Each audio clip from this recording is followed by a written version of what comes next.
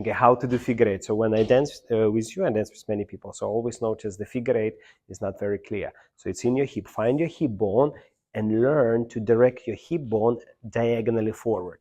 So this will be very good exercise. Plus, as you do it, you will see your foot start turning out. And in this sense, your hip kind of presents your foot. So it's like two movements same time, hip and leg same time. Now, once your hip in diagonally forward, you can use that foot to start directing your hip side and then push this hip all the way back, hip bone back, as you rotate your thigh. But very important not to take your shoulders with the hip, keeping shoulders in exactly the same direction. So it's opposite from the hip movement. Now from here you get, as a result, you have this diagonal, your rib cage and your hip. So this we call transferring. So put your heel first down, heel down. Now use your rib cage to transfer.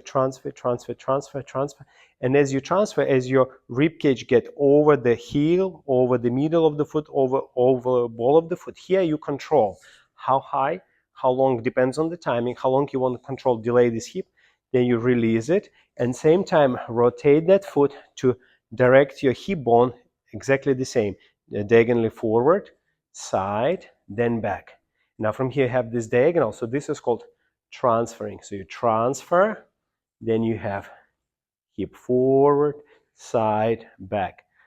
Transfer, hip forward, side, back. Transfer, forward, side, back.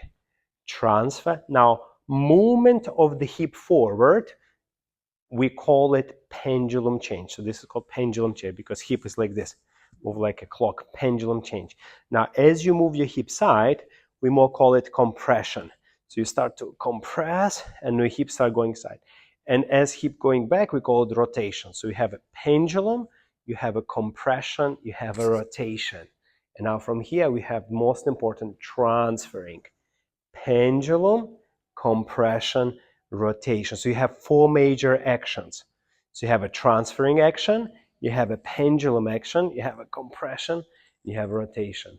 Transfer, pendulum, compression, rotation.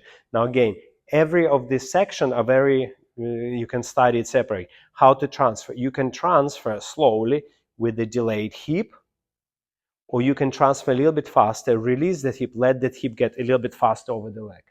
So say when you do round bound, count 4-1, you want to delay that hip, go 4 and 1 and. If you're doing cha-cha on count 1, you want to transfer, change pendulum much faster. Then you have a compression, rotation. Transfer, pendulum, compression, rotation. Transfer, pendulum, compression. So in a way, figure eight will be a result of these four actions. Now, if we talk about rumba, we're doing quick, quick, slow. Here, you're not going to lift your feet. You're going to go pendulum, compression, rotation, partial transfer, pendulum, compression, rotation. And then the last one, you're going to really transfer a lot. Pendulum, compression, rotation. So 2 feet on the floor. 2 and 30, and now 4-1. And 2 and 30, and 4-1. And 2 and 30, and 4-1. And on 4-1 is recommended to add a little bit flexible arm style to create a little bit more continuity in the music. Yes, and then on 2-3, better keep arm here. 30 and 4 and 1 and 2 and 30 and 4 and 1 and.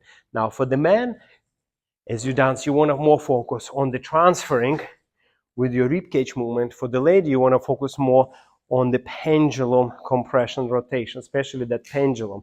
So more accentuated hip motion. So you have two different versions. So for the man, will look more like this: quick, quick, and slow, quick, quick, slow. For the ladies, will look more hip and hip, more about the hip action, hip and hip. But we can play with that. It's up to your interpretation. Very good.